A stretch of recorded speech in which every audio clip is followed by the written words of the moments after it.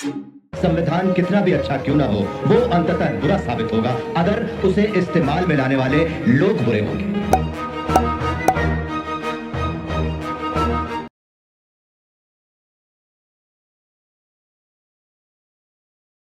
नमस्कार, मैं टीना चौहान। जैसा कि हम सभी जब से संविधान के ऊपर क्या भारत का संविधान जिंदा है एक सीरीज के माध्यम से समाज में चेतना को प्रसारित करने की कोशिश कर रहे हैं और इसी कड़ी में हम आज के अपने इस एपिसोड तक पहुंचे हैं। तो इस एपिसोड्स को ऑर्गेनाइज करने वाले हमारे दिलबाग सिंह जी और रवि माहे अम्बेडकर जी का मैं बहुत बहुत धन्यवाद दूंगी और साथ ही मेघराज सिंह जी जिन्होंने इस कार्यक्रम को अरेंज किया है उनका भी बहुत बहुत धन्यवाद। साथ ही हम इस वॉइस ऑफ मानवता की न्यूज प्लेटफॉर्म से जुड़ने वाले सभी दर्शकों का बहुत बहुत स्वागत है और हमारे आदरणीय मिलिंद वानखेड़े जी और अनिल जी आप लोगों का बहुत बहुत स्वागत है सर। तो हम अब अपनी सीरीज को शुरू करते हैं। सर जैसे कि हमने अपनी पिछली बात को जहाँ छोड़ा था हम वहीं से उसकी शुरुआत करते हैं। तो सबसे पहले हम एक बहुत ही भारतीय संविधान के बहुत ही महत्वपूर्ण पहलू पर चर्चा करते हैं। आर्टिकल 21 जो हमें प्राण और दैहिक स्वतंत्रता प्रदान करता है या फिर उससे साधारण शब्दों में हम जीने की स्वतंत्रता कहते हैं। मिलिंद जी आपसे जानना चाहेंगे कि जो जीने की स्वतंत्रता है तो जीने के अंतर्गत क्या क्या चीजें शामिल की जाती है या फिर किस चीज को कहा जाता है कि जीने का अधिकार है, क्योंकि जैसे कोई सांस ले रहा है तो केवल उसे ही जीने के अधिकार में शामिल नहीं किया जाता। तो जो वो सम्मानीय रूप से या गरिमापूर्ण जीवन का अधिकार है सर उसके बारे में थोड़ा आप समझा दीजिए मिलिंद जी।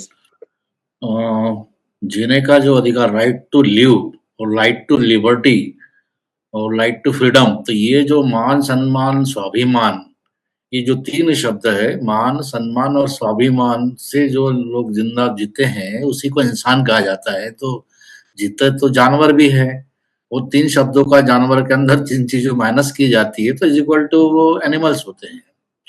तो इंसान है तो इंसान को जीने के लिए उसका अपना विवेक बुद्धि है, उसका उसकी जो फीलिंग्स है, भावनाएं हैं, तो इसीलिए ये चीजें मान सम्मान और स्वाभिमान चीजें आई है। तो ये डिग्निटी जो आपने अभी प्रयोग किया वो चीजें है। तो इसके अंतर्गत राइट टू लिबर्टी का मतलब ये है कि स्वतंत्र जीने के अधिकार के लिए उसको क्या चाहिए, उसको घर चाहिए, शुद्ध हवा चाहिए, भोजन चाहिए, आने जाने के लिए फ्रीडम, उसको बगैर किसी रुकावट का विचरण चाहिए, भारत के किसी भी प्रांत में हो, जगह में हो, बसने का अधिकार चाहिए, व्यापार करने का, आजीविका चलाने के लिए वो चाहिए। मतलब जीने के अधिकार में सारे जो मूलभूत अधिकार है जो जीवन से लेकर मृत्यु तक के लिए और मृत्यु के दौरान भी, मृत्यु के बाद भी देखते होंगे आप समाचार पत्रों में कि वो यहाँ मुर्दा नहीं जला सकते, यहाँ कफन नहीं जला सकते इस कास्ट। तो ये सारे जो प्रोटेक्टिव राइट्स है वो इसके मूलभूत अधिकार है, जिन्हें के अधिकार में सम्मिलित है। और सुप्रीम कोर्ट के बहुत सारे ऐसे जजमेंट है, काफी एक्सपैंड किया गया है, जो भोजन का अधिकार भी, राइट टू फूड आ गया इसके अंतर्गत। और इसके जो इवन हमारे जैसे जेल में जो कैदी होते हैं तो उसको भी, इसका मतलब कैदी होने से ही उनके जो मानवाधिकार है वो खत्म नहीं हो जाते, जो उसको मूलभूत जो जीने का अधिकार है ना, तो उसको ये नहीं कि वो उसको जानवर जैसा बर्ताव किया जाए। तो उनको भी जो मानव गरिमा के लिए और मानव जीने के लिए जो आवश्यक चीजें होती है, भोजन, पानी, वस्त्र, दवा, उसका इलाज, ये सारा चीजें करना इवन जेल के अंदर भी है, चाहे डिटेंशन में हो चाहे कैदी क्यों ना हो। तो वो सारी चीजें ये फंडामेंटल राइट जीने के अंतर्गत हम उसको कवर कर सकते हैं। और ऐसे काफी सुप्रीम कोर्ट के जजमेंट इसमें इंटरप्रिटेशन करके काफी जजमेंट आए हुए हैं जी। जैसे कि आपने इस 3 चीजों का जिक्र किया था और इसी संबंध में हम एक गोल्डन ट्रायंगल भी देखते हैं जिसमें आर्टिकल 14, आर्टिकल 19 और आर्टिकल 21 को एक साथ रखकर देखा जाता है। तो सर इसको किस प्रकार से अपन एक्सप्लेन कर सकते हैं? Article 19 freedom of speech and freedom of expression का स्पेसिफिक ये एक यूनिक है चीजें वो। इसका मतलब है कि जैसे हम मीडिया चला रहे हैं, जितना भी मीडिया है, print media, electronic media, local media, तो वो फ्रीडम ऑफ स्पीच और फ्रीडम ऑफ एक्सप्रेशन है। ये एक बहुत बड़ा मूलभूत जिसको लोकतंत्र का चौथा पिलर बोला जाता है क्योंकि लोग डेमोक्रेसी के 4 पिलर होते हैं, विधायिका है, कार्यपालिका, न्यायपालिका, प्रचार माध्यम। और प्रचार माध्यम के अंतर्गत ये सारे माध्यम के साथ-साथ क्या है उसके अधिकार, संगठन बनाना, संगठन चलाना, चीजें अगर गलत हो रही है देश में, एजिटेशंस करना, वो राइट है। और ये राइट्स इतने भी है कि अगर कोई व्यक्ति कोई कानून बनता है देश के अंदर और कोई पाबंदी लगाता है, पाबंदी लगाते हैं कि नहीं आप ये नहीं कर सकते, आप वो चीजें नहीं कर सकते, तो वो उसमें भी उनके राइट वायलेशन नहीं होते हैं। मतलब उसको फंडामेंटल पर वो कोई भी कानून रोक नहीं लगा सकता जब तक कोई देश के अंदर इमरजेंसी ना आ जाए, तो वायलेशन नहीं होता उसका। इस संदर्भ में इस एक्सपैंड मतलब इस लेवल तक उसका आर्टिकल 19 का महत्व है। मैं अपने और प्रश्न आपने को एक बार आर्टिकल 21 की जो बात की, हाँ पूछिए इनका क्या पूछ संबंध समझना चाहते हैं। सर, आर्टिकल 14, आर्टिकल 19 और आर्टिकल 21 का जो संबंध है, एक दूसरे से जोड़कर उन्हें एक स्वर्णिम त्रिभुज के रूप में देखा जाता है। तो सर, इनका आपस में कैसे संबंध है?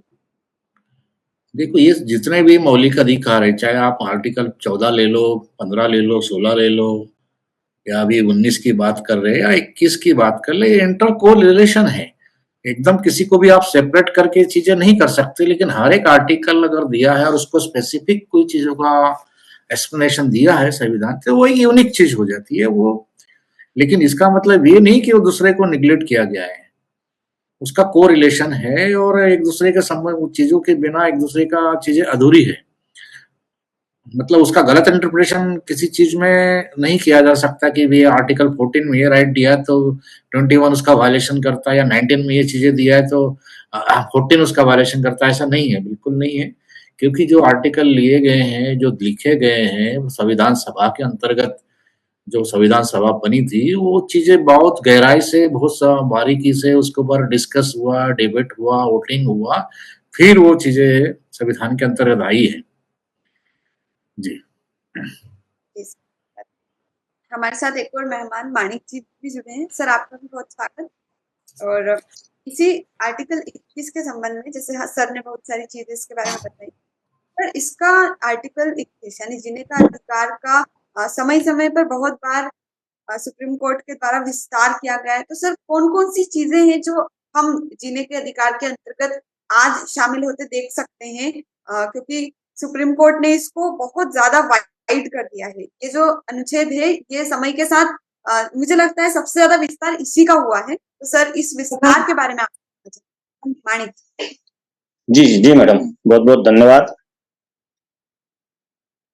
आर्टिकल 21 प्राण और दैहिक स्वतंत्रता का जो अधिकार देता है, ये मानव जीवन के लिए बड़ा महत्वपूर्ण अधिकार है। और आज ये अधिकार का बड़ा महत्व है। भाई, कोई व्यक्ति का प्राण लेना और किसी व्यक्ति के द्वारा अपना प्राण वो मतलब नहीं ले सकता, और वो अपने मन मर्जी का मालिक है कि कैसे उसको जीना है। और किसी का प्राण लेना बोले तो ये अधिकार किसी को इजाजत नहीं देता। और भाई, किसी के साथ अगर अपनी दुश्मनी है तो आप उसका प्राण नहीं ले सकते, ना वो अपना प्राण ले सकता है। तो ये स्वतंत्रता इस संविधान के अंदर आर्टिकल 21 के तहत हमें मिली है। तो इसकी स्वतंत्रता बड़ी मानव जीवन के लिए उपयोगी अधिकार के रूप में हम देखते हैं। जी मैडम। जी सर। अब इस अनुच्छेद के बारे में हम और ज्यादा चीजें जानने के लिए धन्यवाद सर। अनिल जी, आपसे जानना चाहेंगे इसका और विस्तार हम किस रूप में देखते हैं? अनिल जी। हाँ जी, हाँ जी, हाँ जी। मैं थोड़ा गाड़ी साइड में लगा जी रहा सर। हूँ। हाँ, बदल।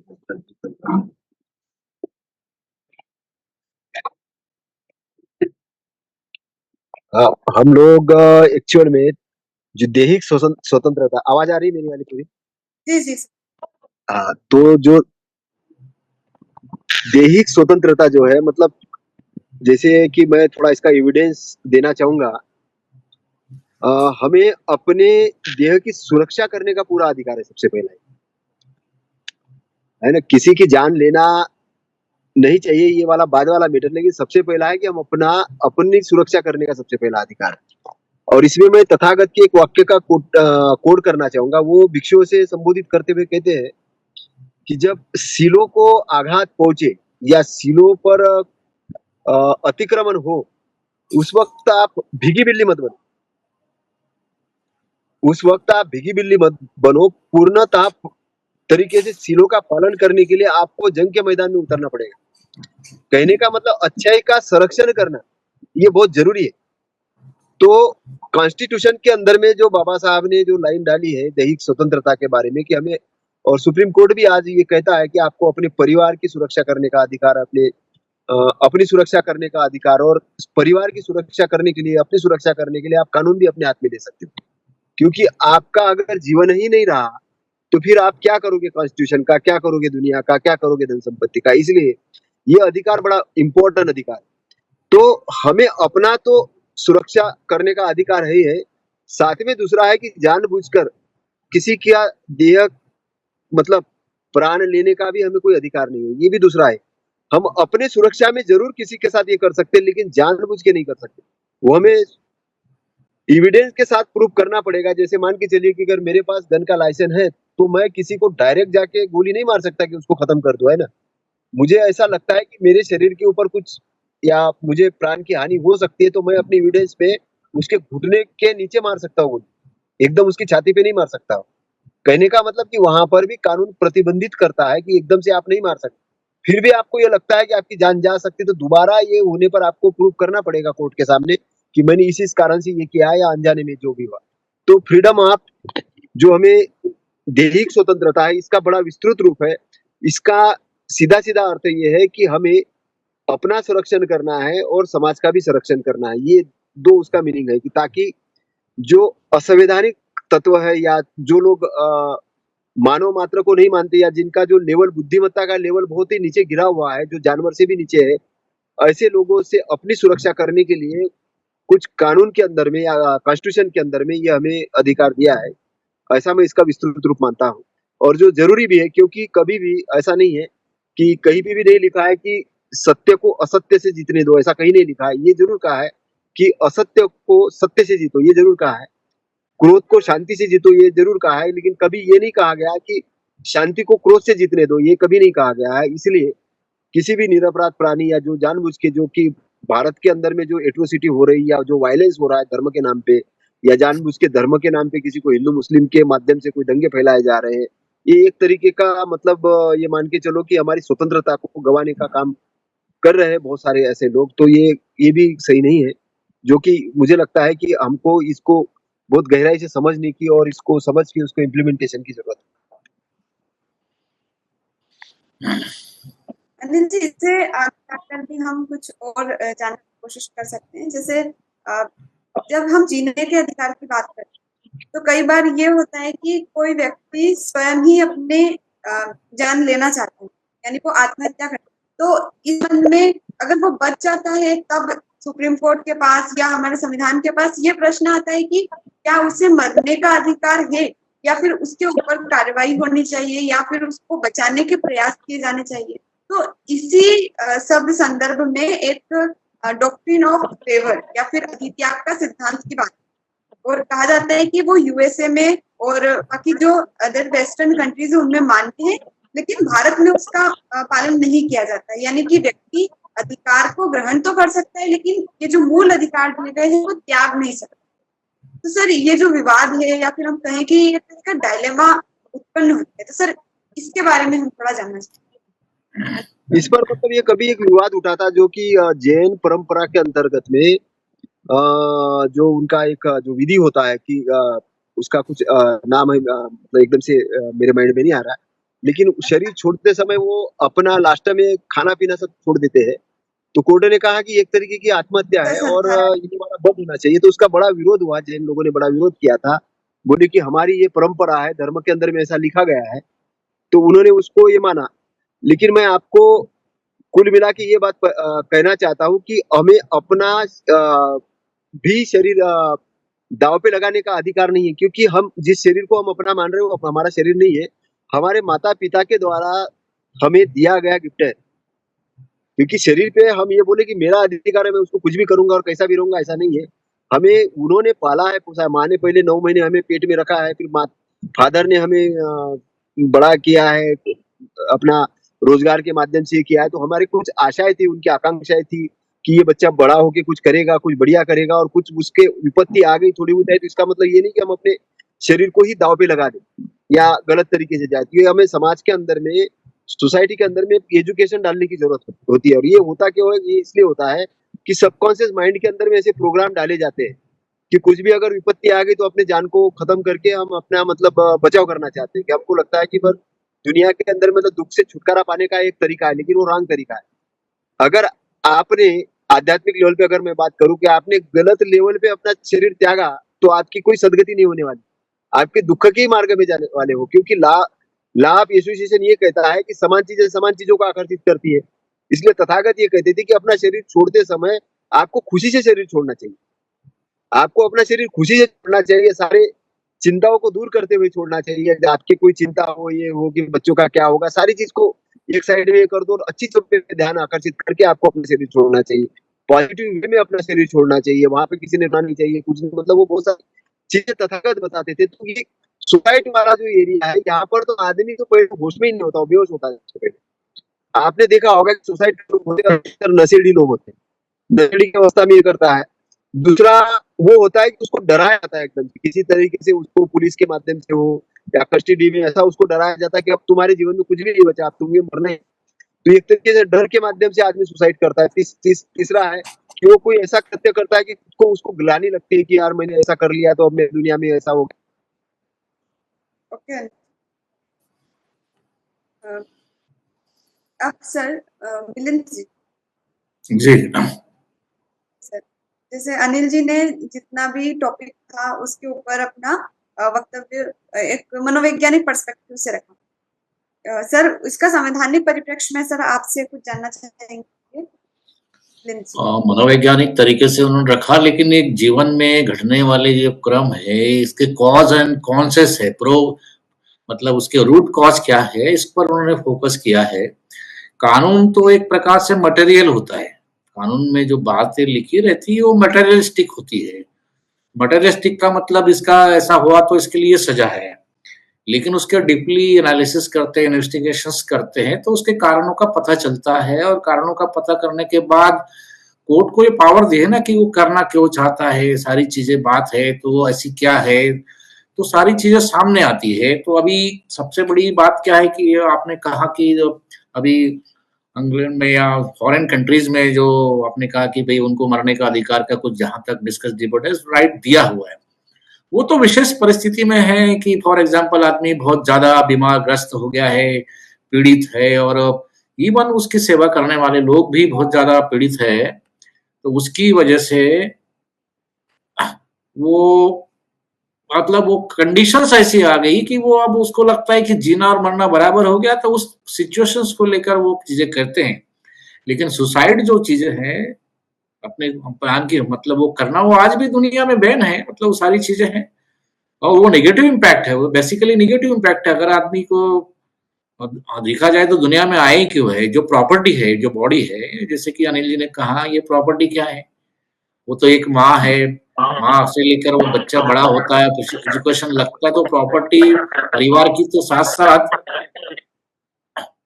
क्या है, समाज के साथ देश की है। क्योंकि वो इंसान केवल एक परिवार में जन्म जरूर लेता है, समाज में जरूर लेता है, लेकिन उसकी योग्यता, उसकी क्वालिटी के आधार पर देश और दुनिया को साइंटिस्ट मिले हैं, वैज्ञानिक मिले, राजनेता मिले, धर्मशास्त्री, मतलब तो वो एक प्रॉपर्टी ऑफ वर्ल्ड की हो सकती है, दुनिया की हो सकती है, और दुनिया में उसका एक काम हो सकता है। इस रिफरेंस तक उस पर हमें सोचना पड़ेगा, जाना पड़ेगा, और जाते हैं, और इसी तरह ये प्रोविजंस किए गए हैं संविधान में। जी मैडम। जी सर, धन्यवाद। मानिक जी, मानिक जी, आप हमें सुन पा रहे हैं? जी जी, जैसे हम अपन आर्टिकल 21 के बारे में बहुत डीपली चर्चा कर रहे हैं, तो इसी में एक बात लिखी गई है कि ये जो प्राण और दैहिक स्वतंत्रता का अधिकार दिया गया है भारतीय नागरिकों को, उसको विधि द्वारा स्थापित प्रक्रिया के अलावा किसी तरीके से नहीं छीना जा सकता है। तो सर, ये विधि द्वारा स्थापित प्रक्रिया यानी कि ऐसे कौन से कारण रहते हैं जब इस आर्टिकल के तहत जो स्वतंत्रता हमें मिली हुई है उसको छीना जाता है? माणिक जी। अब कारण अब विधि के हिसाब से तो अनेकों कारण हो सकते हैं, लेकिन भारत का संविधान आपको ये किसी का प्राण देना या खुद का प्राण जिसको सुसाइड बोलते हैं वो इस प्रकार का जो है वो अनुमति मतलब संविधान नहीं देता विधि के अनुसार, क्योंकि ये वो विधि की कोई प्रक्रिया होती होगी या कोई जो कोर्ट वगैरह जो जो विधि बनाते हैं कि वो विधि के अनुसार ही उसको अनुमति दी जाएगी, अन्यथा वो संविधान इसको इजाजत नहीं देता है किसी का प्राण लेना या खुद को सुसाइड करना, क्योंकि जीवन एक महत्वपूर्ण चीज है, अमूल्य जीवन है और जीवन इतने आसानी से ना किसी को मिलता है, क्योंकि मनुष्य का जीवन इस धरती पर बड़े मुश्किल से एक बार आता है।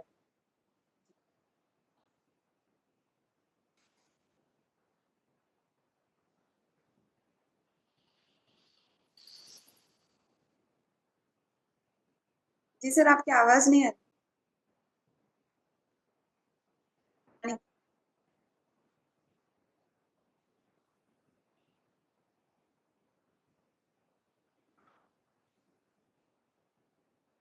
माणिक जी, आपकी आवाज नहीं आ रही।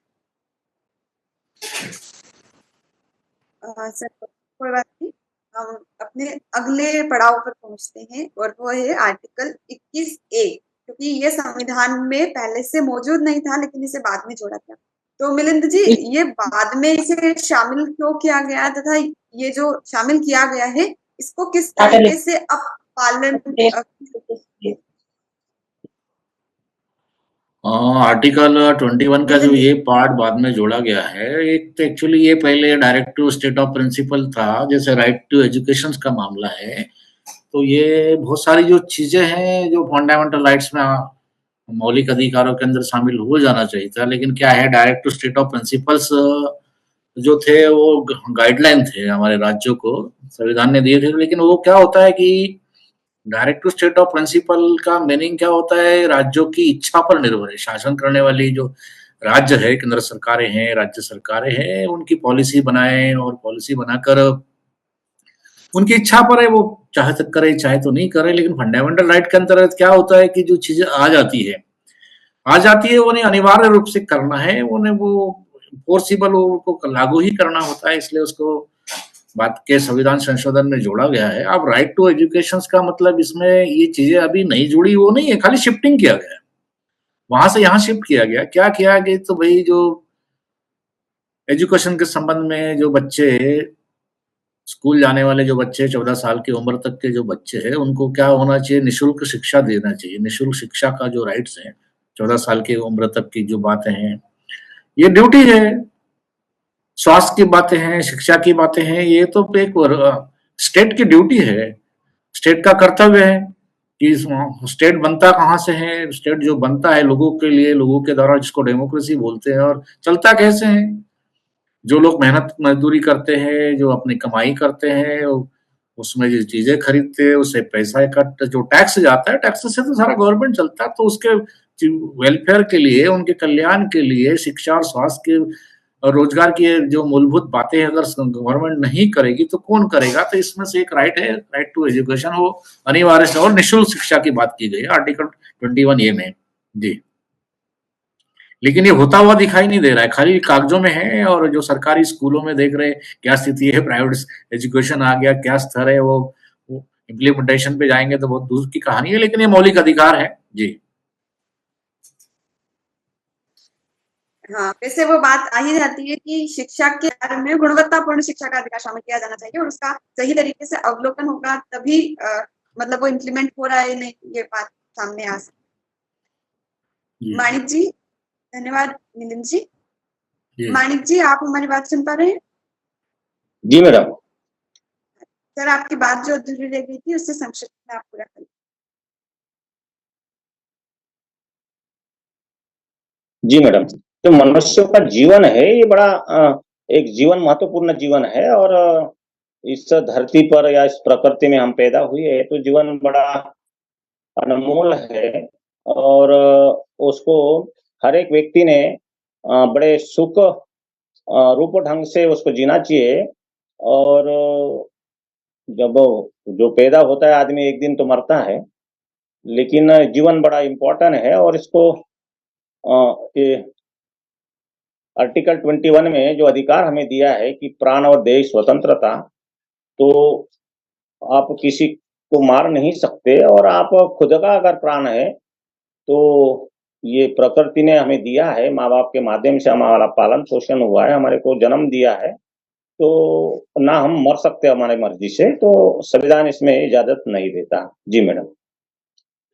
प्रिय दर्शकों को मैं बताना चाहूंगी कि जो आर्टिकल 21 और 21A है वो पूरी तरीके से आपको गरिमापूर्ण जीवन जीने के लिए एक अधिकार की तरह कार्य करता है और इसके अंतर्गत न केवल सांसें लेना बल्कि आपको निजता की स्वतंत्रता है, इसके अंतर्गत आपको बोलने की स्वतंत्रता है, या हम ये कहें कि जो सारे अनुच्छेद हैं जो आपको एक तरीके से सशक्त नागरिक बनाते हैं वो आर्टिकल 21 के तहत आप उनको पालन मतलब एक तरीके से आप उनका फायदा ले सकते हैं।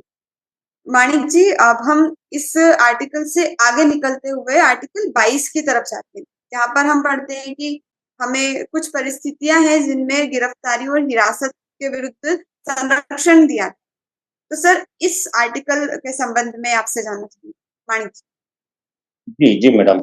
आर्टिकल 22 ये कहता है किसी व्यक्ति की गिरफ्तारी और उसका जो है मतलब संरक्षण।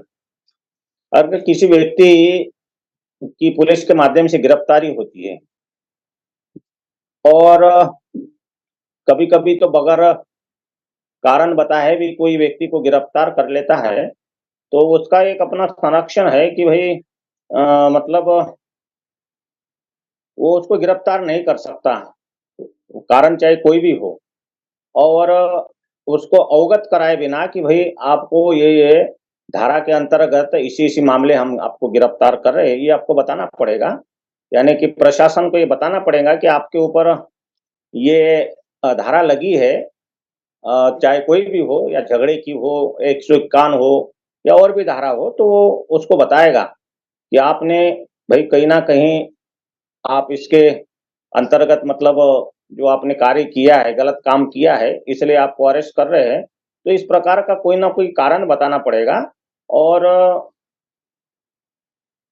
उसको बताने के बाद वो उस व्यक्ति को अपना नज़दीकी कोई भी विधि व्यवसायी हो या अपना एक कोई रिलेटेड तो मतलब रिलेटेड कोई व्यक्ति अपना है, तो उससे अपन सलाह या मशविरा कर सकते हैं। सलाह-मशविरा करने के बाद ही उसको उतना समय दिया जाएगा। तो इस प्रकार से जो है कुछ दशा में अगर किसी व्यक्ति को गिरफ्तार करते हैं, तो उसको कारण बताना पड़ेगा और अगर कारण वो नहीं बताता है, तो कम से कम उसको अपना संरक्षण के लिए अपने विधि व्यवसायी से विचार-विमर्श करने का उसको राइट्स है। जी मैडम। लेकिन हम देखते हैं कि जैसे संविधान में बहुत सारी बातें लिखी होती है, कानून में बहुत सारे अधिकार दे दिए जाते हैं, लेकिन वो जो चीजें रहती है ना कि उसी समय आपको किस तरीके से उस राइट का एक तरीके से पालन कर सकते हैं आप, या फिर आप उससे संरक्षित हो सकते हैं। क्योंकि जब पुलिस आती है और किसी व्यक्ति को यूं ही उठा कर ले जाएगी, तब वो उसके पास अगर वो इस तरीके का कोई राइट ना दे संपर्क करने का या फिर कोई कारण ना बताए और ऐसे ही लेके जाए, तो उस टाइम पे एक व्यक्ति क्या कर सकता है अपने संरक्षण के लिए, किस तरीके से वो इस आर्टिकल का यूज करेगा? मैडम पहली बात तो ये है कि जो प्रशासन है और पहली बात तो ये है कि भारत के नागरिकों को संविधान की जानकारी नहीं है और संविधान की जानकारी नहीं होना मतलब अपने हक अधिकारों के प्रति वो ये क्या बोलते हैं अवेयरनेस नहीं होना, ये महत्वपूर्ण मुद्दा है क्योंकि मालूम ही नहीं कि हमारे अधिकार कहाँ लिखे हैं। संविधान हमें ये अधिकार कौन से आर्टिकल पर देता है। अगर कोई व्यक्ति अगर आर्टिकल का हवाला देके अगर प्रशासन से बात करेगा तो आगे वाला समझ जाएगा कि ये संविधान का जानकार व्यक्ति है। लेकिन 75 सालों में भारत के नागरिकों को ना संविधान पढ़ाया गया, ना संविधान में आपके जो राइट्स है ये बताए गए, ना ये सरकार की जवाबदारी थी 75 सालों में, लेकिन सरकार ने ये सब नहीं करा। अब सरकार क्यों चाहेगी? क्योंकि विचारों की सरकार होती तो वो करती, लेकिन विचारों की सरकार नहीं होने के बाद हमारे भारत के नागरिकों का पहला कर्तव्य था कि भारत के संविधान को पढ़े, उसको जाने, क्योंकि जब तक हम अधिकार हमारे प्रति जो अधिकार लिखे, हमारे लिए जो अधिकार लिखे हैं, वो हम पढ़ेंगे नहीं तो हम जानेंगे कैसे?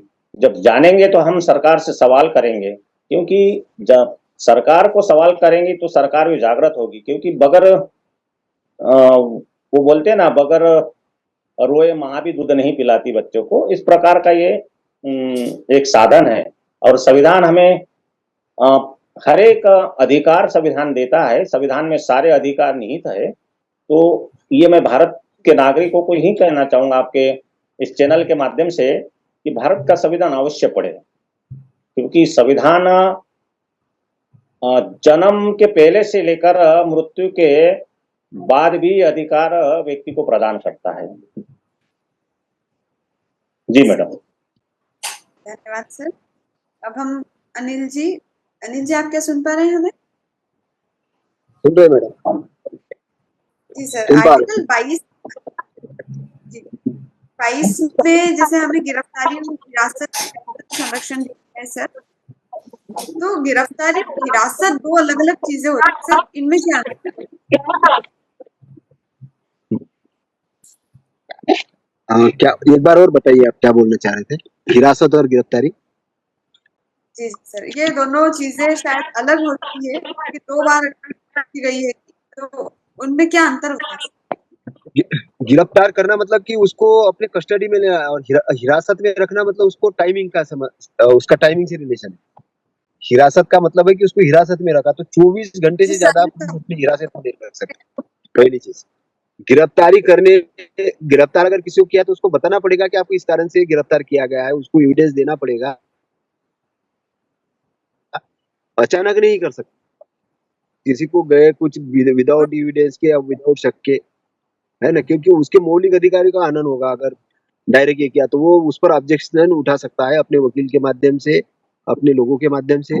दूसरा ये है कि हिरासत में रखने का पुलिस केवल 24 आवर से ही रख सकती है, और उसके बाद उसको न्यायालय में प्रस्तुत करना पड़ेगा। फिर अगर ज्यादा कस्टडी चाहिए तो जब जो न्यायाधीश है उनसे रिक्वेस्ट करेगी पुलिस कि हमको इनसे पूछताछ करनी है, जानकारी चाहिए या इनका ऐसा ऐसा मामला है, तब वो जज के विवेक पे डिपेंड करता है कि वो इनको कस्टडी में देता है नहीं देता है, तो उस पर ये डिपेंड है।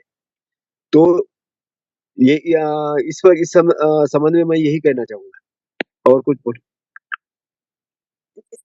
और एक और चीज आती है, एक तरफ पुलिस हिरासत और एक तरफ न्यायिक हिरासत, तो ये दो किस प्रकार से?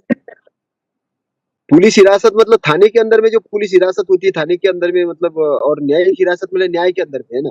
अब न्यायिक हिरासत में उसको रखा जाएगा तो मतलब वो जेल के अंदर रखा जाएगा। अगर पुलिस हिरासत है तो पुलिस अपनी कस्टडी में लेके उसको पूछताछ करेगी तो पुलिस हिरासत मतलब पुलिस के अंदर में, है ना, पुलिस अपने जगह पे रखेगी। लेकिन मानवाधिकार का हनन वहां पे भी उसके साथ नहीं होना चाहिए, ये जरूर उसका ध्यान रखना जरूरी है। किसी को भी इतना टॉर्चर नहीं किया जा सकता कि उसके शरीर को कुछ हानि हो जाए, ये हो जाए, है ना।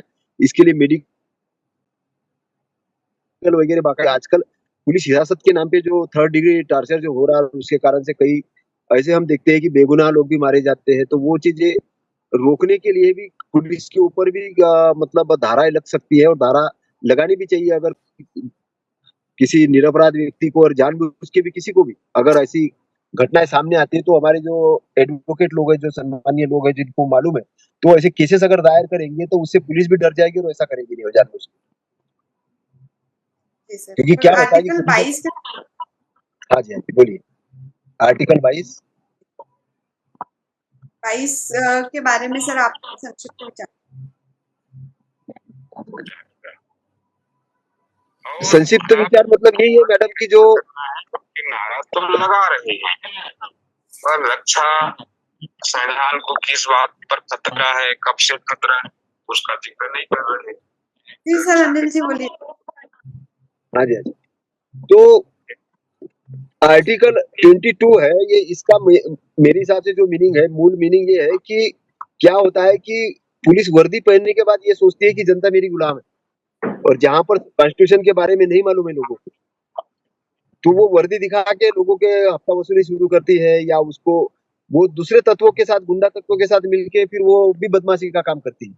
तो इसीलिए उस पर भी कंट्रोल लगाने के हिसाब से वहां पर ये लगाया गया कि कोई भी चीज विदाउट एविडेंस के, विदाउट इसके नहीं होना चाहिए। तो ये कॉन्स्टिट्यूशन के पालन करने के हिसाब से मेरा ख्याल है कि उसको लगाया गया है। दूसरा ये है कि जज के द्वारा भी वो कंट्रोल किया गया है, और जज को भी मतलब कॉन्स्टिट्यूशन के अगेंस्ट में जाके वर्क नहीं करने का प्रावधान है। जज भी अपने आप में सर्वे सर्वा नहीं है, क्योंकि अभी एक पुलिस वाले ने मुझे ये कहा कि बोले न्यायपालिका से ऊपर कौन होता है, ऐसा सवाल पूछा मुझे ऐसे कि न्यायपालिका से ऊपर कौन होता है, तो मैंने कहा उसको कॉन्स्टिट्यूशन होता है, और कॉन्स्टिट्यूशन से ऊपर होती है बोला पब्लिक। ये मैंने उसको कहा क्योंकि लोकतंत्र है, पब्लिक के लिए कॉन्स्टिट्यूशन, कॉन्स्टिट्यूशन ही है। कॉन्स्टिट्यूशन ऐसा नहीं है कि भाई सर्वे सर्वा है, कॉन्स्टिट्यूशन पब्लिक के लिए और पब्लिक के हित के लिए, उसके उन्नति के लिए, उसके इसके लिए वो संरक्षण प्रदान करने के लिए कॉन्स्टिट्यूशन।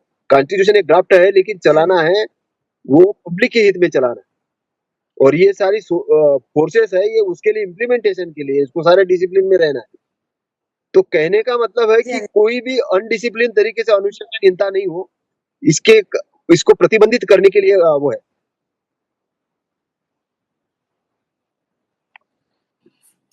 हाँ मैडम, हेलो। मैडम शायद डिस्कनेक्ट हो गई है। अच्छा अच्छा अच्छा। नेटवर्क इशू आ गया होगा। हाँ हाँ, आप बोलिए बोलिए।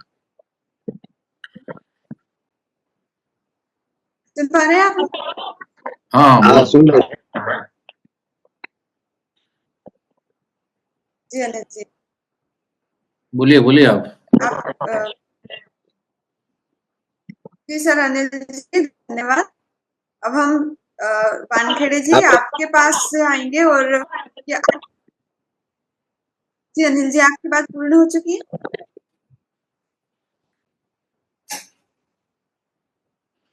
Okay sir. मिलिंद जी, ये जो आर्टिकल 22 की हम इतनी चर्चा कर रहे हैं, तो इसमें हम एक तरफ दंडात्मक गिरफ्तारी की बात करते हैं और एक तरफ निवारक निरोध की एक शब्द आता है कि उसके अंतर्गत गिरफ्तारी या फिर हिरासत में लिया जा सकता है। तो सर ये चीजें क्या है, और आर्टिकल 22 को हम किस प्रकार से समझ सकते हैं? मिलिंद जी। आर्टिकल 22 का साधारण भाषा में मतलब कुल मिला के क्या होता है, दो चीजें होती है। एक होता है उसमें जो बोलते हैं ना हम लोग डिटेंशन, पुलिस को जो राइट देते हैं डिटेंशन करना है कि कुछ समय के लिए कोई इन्वेस्टिगेशन करना है पुलिस को, तो उसका सहयोग करना भी होता है। उसके लिए एविडेंस जुटाना भी, इन्वेस्टिगेशन मतलब बोले कि इन्वेस्टिगेशन जुटाती है, लेकिन उसका क्या होता है कभी कभी वो अतिक्रमण कर देती है, जो अपराधी नहीं है निरपराध को मार मार के उसको उगलवा लेती है। दूसरी चीज होती है कि आप जैसे आपने कहा निरोध की अवधि, या जो पुलिस अभी आपने एक हमारी जुडिशियल लैंग्वेज में दो भाषा का प्रयोग होता है, एक होता है पीआर और जेआर। पीआर मतलब पुलिस का रिमांड, मतलब कोई केस चल रहा है उसके ऊपर कोई एलिगेशंस है और पुलिस को ऐसा लगता है इस व्यक्ति के पास से, और जैसे अभी पूर्व वक्ताओं ने बोल दिया कि वो लिमिटेशन है, किसी के ऊपर कोई मुकदमा किया, पुलिस ने उसको अरेस्ट किया, 24 घंटे के अंदर जो नियरेस्ट मजिस्ट्रेट है, जो ट्रैवल का टाइम छोड़ के 24 घंटे के अंदर उनको कंपलसरी उसके सामने पेश करना है। ये लॉ है और ये उसका मौलिक अधिकार है, जो 22 की बात हो रही है। अब दूसरी बात है 24 के घंटे के अंदर उसने पेश कर दिया तो उसको पीआर चाहिए, यानी पुलिस रिमांड चाहिए, और इन्वेस्टिगेशन करने के लिए पुलिस कारण बताएगी मजिस्ट्रेट को कि मुझे इस कारण ये जांच कंप्लीट करना है, ये बरामद करना है, या ये इस जगहों पे जाना है, इसलिए मुझे 1 दिन 2 दिन 3 दिन का रिमांड चाहिए। वो मांगने के लिए तो 10 दिन मांग सकते हैं, लेकिन उनको एकदम से 10 दिन मजिस्ट्रेट देता ही नहीं है। बहुत अधिकतम हो गया तो बोले 1 दिन का, 2 दिन का। फिर वो बोलते कि फिर वो प्रोग्रेस रिपोर्ट पूछते कि 2 दिन में क्या किया आपने, फिर और कुछ चाहिए तो और मिलता। इसलिए से वो एक्सटेंड पीआर दे सकते। पीआर में वो पूरा उनको रजिस्टर्ड गाइडलाइन होती कि इसका जिस स्थिति में है उसका मेडिकल किया जाए, पूरा मेडिकल का रिपोर्ट लगाया जाए, इसको आपने मारा तो नहीं। अगर इस तरह से कुछ घटनाएं होती तो पुलिस टॉर्चर होता है, इसको बोलता है पुलिस कस्टडी या पुलिस का रिमांड, ये पीआर होगी। लेकिन अगर जुडिशियल रिमांड की बात होती तो वो आदमी को उसको जेल भेज देते, वो उसमें चीजें होता है और बाकी रिमेनिंग इन्वेस्टिगेशन चलता रहता है। तो ये खाली इस रेफरेंस में हमको इस बात को समझना होगा कि पुलिस को पूरा पावर नहीं दिया है कि चाहे मार ठोक के उसको कुछ भी उगल वाले सारी चीजें के, लेकिन अभी क्या हुआ है कि कुछ ऐसे कानून है भारत के अंदर लाए, जैसे जिसको राष्ट्रद्रोह बोलते हैं और जो अन्य कानून है जिसको ऊपर मिसयूज किया, वो सारे जो उसके अंतर्गत निरपराध लोग जेलों में बंद है, खासकर मुस्लिम लोग जो बंद है, अन्य जो लोग बंद है। और लास्ट में क्या हुआ, 3 महीने 6 महीने साल भर बाद पुलिस को कुछ भी नहीं मिला और उन्होंने बाद में छोड़ दिया। तो इसका पुलिस का एक प्रकार के दुरुपयोग कर रही है इस तरह के कानून का राष्ट्रद्रोह के मामले में। जो आज पहले से अभी सीआरपीसी में 124 था, अभी नया न्यायपालिका में भी मतलब क्या बोलते भारतीय न्याय संहिता में वो चीजों भी उन्होंने जो पार्लियामेंट ने अभी बनाई है उस कुछ ने उलटफेर कर दिया और वो सब न्यूज कर दिया। ये कह सकते कि वो पुलिस कानून को ज्यादा मजबूत कर दिया और मौलिक अधिकारों को कम कर दिया, हम ये कह सकते हैं अभी करंट वाली जो न्याय संहिता बनाई है उसमें। तो ये प्रकार के पॉलिटिकल डिसीजन सर, है, जैसा आप पॉलिटिकल डिसीजन। जी, मतलब ये संविधान के रेफरेंस में ही बोल रहा हूँ। जो अभी 3 कानून जो जुलाई से लागू है, अभी सितंबर महीना चल रहा है, अक्टूबर लागू हो गया, 3 महीने हो गए।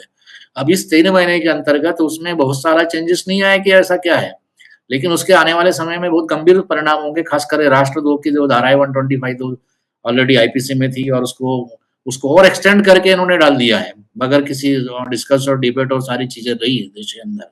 उसके गंभीर परिणाम आने वाले हैं। गंभीर परिणाम इस रेफरेंस में आने वाले कि आप नक्सलवादी हो, आप देश के साथ द्रोह कर रहे हो, मतलब ऐसी कुछ चीजें आ रही है जो कि जो पॉलिटिकल पार्टी सत्ता में है विरोधी के ऊपर वो कानून लगाएंगी और लगाए भी है। बहुत सारे आप देख रहे हो कि बहुत सारे पॉलिटिशियन को जेल में डाला है, ऐसी कुछ धाराओं में डाला गया है। जी,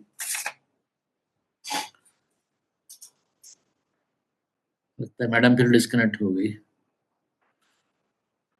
हाँ,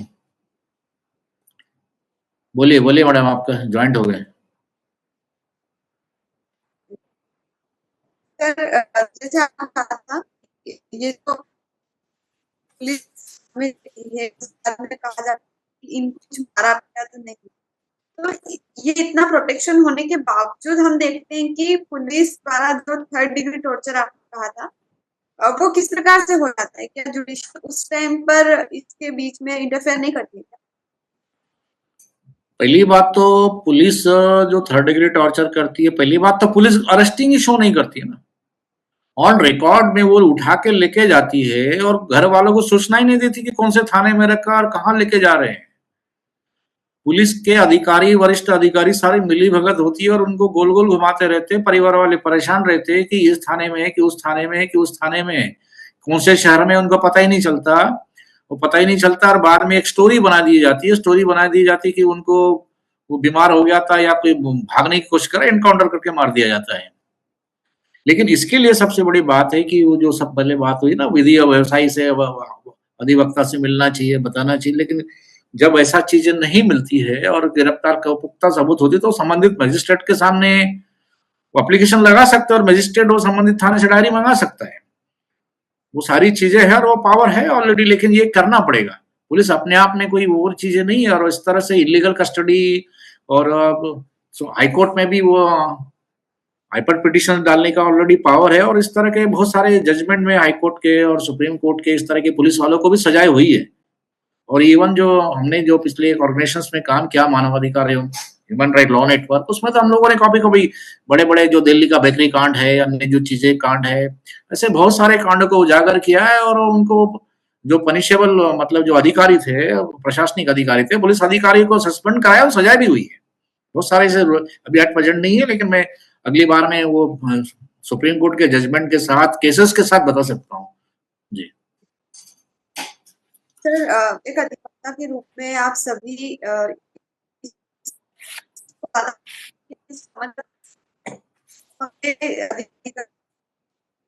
क्या इसकी वजह या जो आपकी आवाज काफी ब्रेक हो रही है मैडम, आवाज क्लियर नहीं आ रही।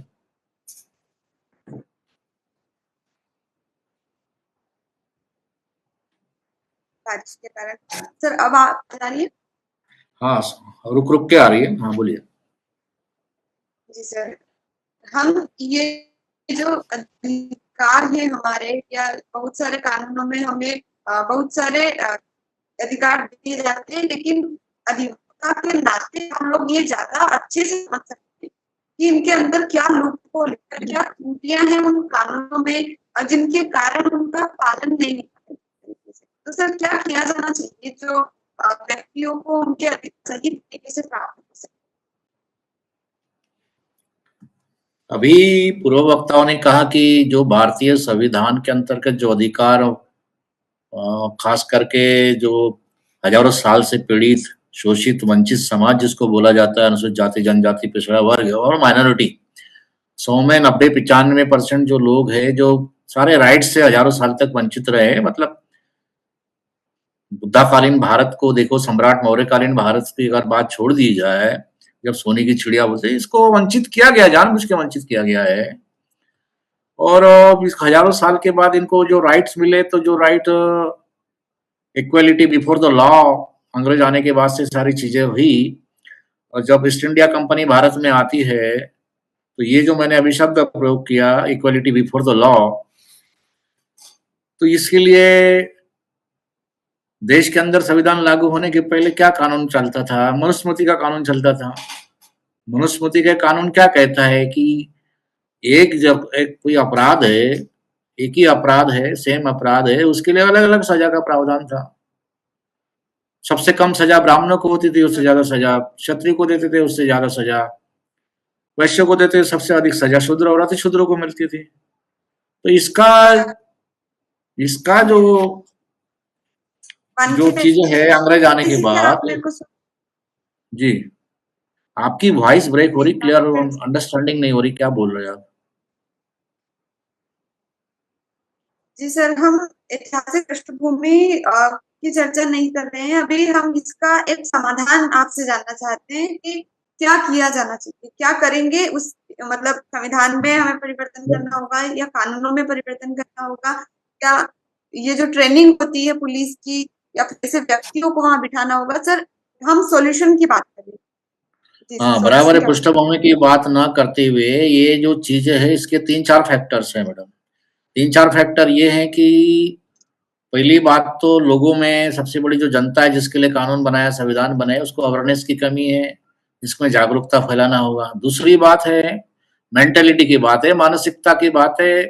पुलिस में, प्रशासन में, एडवोकेट्स में जो सिस्टम बनाया है उसमें हमारे लोगों की भागीदारी होनी चाहिए। भागीदारी का मतलब रिप्रेजेंटेशन चाहिए, चाहे जुडिशरी में हो, चाहे एडवोकेट में हो या पुलिस में हो। एक तो ये प्रक्रिया है। दूसरी, खाली भागीदारी होने से, वो समुदाय का होने से काम नहीं चलता, उसका सेंसिटाइजेशन होना चाहिए। यानी उन लोगों को उसमें जो मानव होने के लिए जो अधिकार चाहिए, वो जो अधिकार के बाद उनके निष्पक्षता का भाव होना चाहिए उस व्यक्तियों के अंदर कि हाँ, ये सही कह रहा है। लेकिन अधिकतर पुलिस, अधिकतर वकील, अधिकतर जज बायस्ड है। अभी मैं लेटेस्ट उदाहरण दे रहा हूँ, आजकल का उदाहरण है। जबलपुर हमारे हाईकोर्ट में एडवोकेट जनरल है। एडवोकेट जनरल ने, बीजेपी की सरकार है, एडवोकेट जनरल वहां पे अपॉइंटमेंट किए हुए हैं और 8713 का फार्मूला लागू किया गया है। तो वहां ओबीसी और एससी और उसके जो एडवोकेट्स होना चाहिए पैनल्स के अंदर, और लगना चाहिए, उनको उन्होंने रखा ही नहीं। अपने भाई भतीजा रिश्तेदारों को रखा हुआ है। हाईकोर्ट जबलपुर की बात है। और एडवोकेट ओबीसी और एडवोकेट वेलफेयर एसोसिएशन ने उनकी मांग की है इसको हटाया जाए। ये यहाँ तक की लड़ाई लड़नी पड़ रही है। तो ये चीजें क्या होगी, जब तक हमारे लोग भागीदारी इस तरह की आवाज नहीं उठाएंगे, ये लोग तो मनमानी करते रहेंगे, चाहे जज क्यों ना हो, या वकील क्यों ना हो, या महाधिवक्ता का कार्यालय, एडवोकेट जनरल का कार्यालय क्यों ना हो। ये इतने आसानी से हिस्सेदारी देने वाले नहीं है।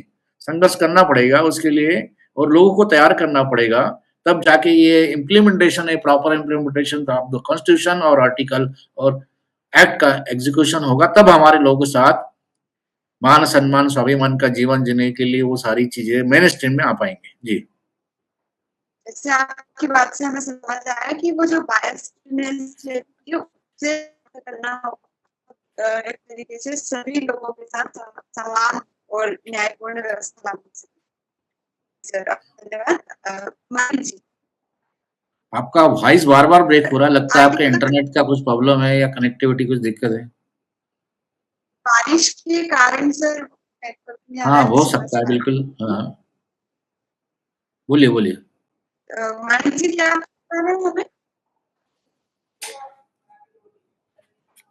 मानिक जी मैडम। जी जी सर, अब हम आर्टिकल 23 के ऊपर चर्चा करने वाले हैं। और तो 23 में हमें शोषण के विरुद्ध जो अधिकार होता है उसकी शुरुआत आर्टिकल 23 से होती है। सर आर्टिकल 23 हमें किस प्रकार का अधिकार है? जी सर, मानिक जी। अधिकार तो शोषण के विरुद्ध संविधान ने जो दिया है आर्टिकल 23 कि मानव का दुर्व्यापार और कोई काम करने की शक्ति, मतलब जो बलात् श्रम, जो बलपूर्वक श्रम करने के खिलाफ ये अधिकार लिखा है, तो आज वो अधिकार एक महत्वपूर्ण अधिकार है। सन 1950 के पहले मानव का दुर्व्यापार होना, और लगभग इसमें पूरा ब्रेक नहीं लगा है, आज भी ये वो सब होता है। मतलब शासन और प्रशासन के आंखों में धूल झोंक कर ये व्यापार अभी भी होता है, लेकिन ऐसे व्यापार नहीं होना चाहिए, क्योंकि ये व्यापार राष्ट्र के लिए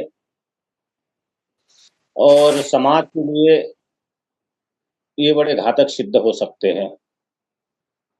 और किसी व्यक्ति के बलात् श्रम, मतलब उसकी जितनी शक्ति है उसके ऊपर अगर किसी व्यक्ति के साथ श्रम लिया जाता है, और श्रम लेने के बाद जैसे कोई, जी मैडम,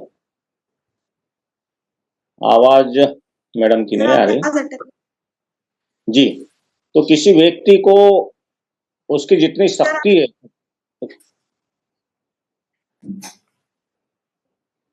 सर मेरी आवाज आ रही क्या आपको? हाँ मुझे तो आ रही है। जी, किसी व्यक्ति को जी सर, बलपूर्वक श्रम,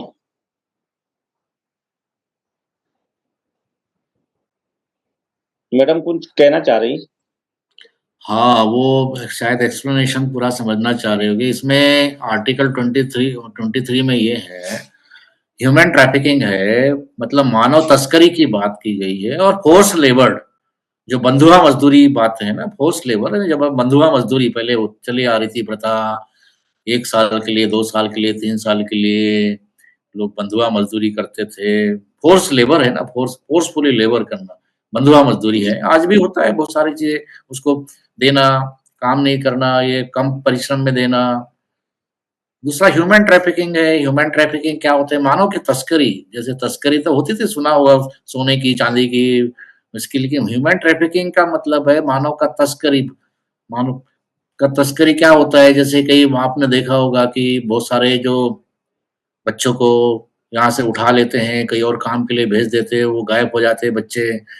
उसके बाद कई महिलाएं, कोई बच्चे आसाम, उधर नॉर्थ ईस्ट की बहुत सारी उधर की लड़कियां हैं, उनको वहां से लोग भेज देते हैं।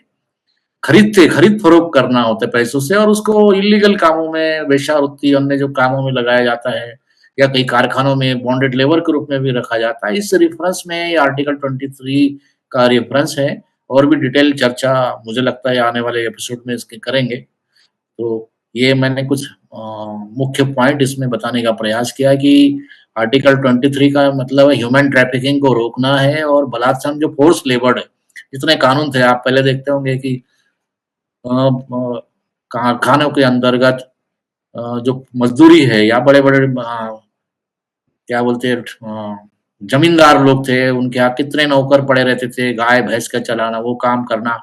और काम केवल उतना ही नहीं होता है कि एक व्यक्ति को रखा है, रखाने से आप देखते होंगे कि उसका वो भी है, उसकी महिला भी गुलाम हो गई, बच्चे भी गुलाम हो गए, पढ़ने लिखने का भी राइट, और खाना, और केवल भोजन पानी इतना ही देते कि वो जिंदा रह सके। मतलब बाकी जो उसका लाइव है, उसको जिंदा रहने का अधिकार है, उसका एजुकेशन का राइट है, वो कुछ भी सारा होते हुए वो कुछ भी नहीं है। इसलिए ये जो आर्टिकल में बात की गई ह्यूमन ट्रैफिकिंग, और फोर्स लेबर, तो इसको बहुत बड़ा इम्पैक्ट है, बहुत बड़ा महत्वपूर्ण राइट्स है और उसके ऊपर काफी कानून बने हुए हैं। बंधुआ मजदूरी कानून बना हुआ है, ह्यूमन ट्रैफिकिंग का लॉ बना हुआ है, सारी बातें चीजों को लेकर आगे की है। लेकिन जो स्थिति है, वर्तमान स्थिति है भारत में, ये बहुत बुरी स्थिति है। अभी देखते हैं कई बच्चों को तो ये भीख मांगने वाले जो बच्चे होते हैं ना, उसको नशा पत्ता करके, लंगड़े करके और विकलांग बनाकर भी उनको एक गैंग उसको वो बनाया जाता है, क्योंकि हमने इस तरह का काफी चीजें काम किया हुआ है। ऐसे बहुत सारा डाटा अवेलेबल है ऑल इंडिया का कि इस तरह की चीजें फोर्सफुली की जाती है। जी।